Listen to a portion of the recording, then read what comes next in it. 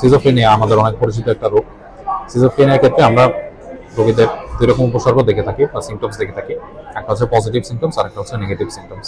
Positive symptoms বলতে যে উপসর্গগুলো আমাদের সিজোফ্রেনিয়া রোগীদের থাকবে, এবং নেগেটিভ সিমটমস বলতে যে উপসর্গগুলো নর্মাল কোনো মানুষের থাকে কিন্তু সিজোফ্রেনিয়া রোগীদের ক্ষেত্রে থাকে না।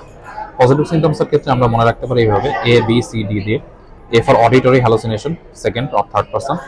অডিটরি হ্যালুসিনেশন বলতে আমাদের যে রোগীটা আছে সেই রোগীটা সেকেন্ড বা দ্বিতীয় কোনো ব্যক্তি তাকে কোনো কথা বলছে এরকম কিছু সে কানে শুনবে, অথবা দ্বিতীয় অথবা তৃতীয় কোনো ব্যক্তি পরস্পরের মধ্যে কথা বলছে এই কথাটা সে নিজের কানে শুনতে পাবে।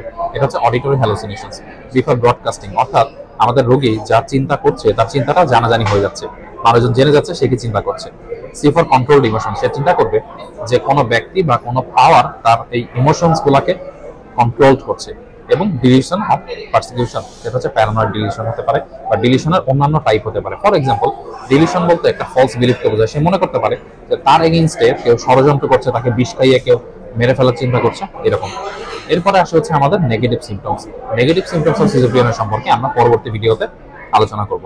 Till then subscribe and share. Thank you.